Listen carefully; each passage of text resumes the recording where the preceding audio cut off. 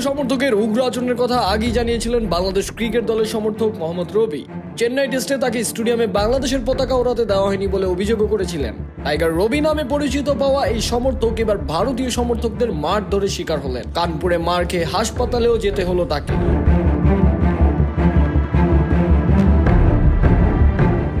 ভারতের বিপক্ষে 2 ম্যাচের টেস্ট সিরিজের প্রথম ম্যাচে বড় ব্যবধানে হারের পর সিরিজের দ্বিতীয় ও শেষ টেস্টে শুক্রবার মাঠে নামে বাংলাদেশ।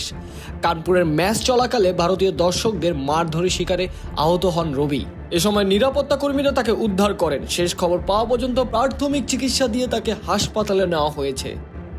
এদিন মধ্যাহ্ন বিরতির সময় বৃষ্টি নামতে শুরু করলে গ্যালারির ভেতরের দিকে চলে যান বাংলাদেশের এই সমর্থক। এই সময় স্থানীয় কিছু সমর্থকের সঙ্গে কথা কাটাকাটি হয়। এক পর্যায়ে ভারতীয় সমর্থকদের হামলার শিকার হন তিনি। পরে পুলিশের সহযোগিতায় উদ্ধার করে হাসপাতালে পাঠানো হয় তাকে।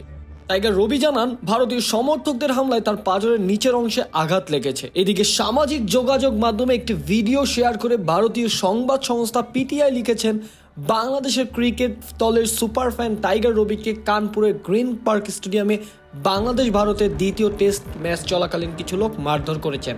তাকে হাসপাতালে নিয়ে যাওয়া হয়েছে। এক পুলিশ কর্মকর্তা জানান, এই ভক্তকে প্রাথমিক চিকিৎসা দেওয়া হয়েছে, পরে তার জন্য একটি অ্যাম্বুলেন্স ডাকা হয়। ইমদাদ ইয়ামিন, ঢাকা ট্রিবিউন।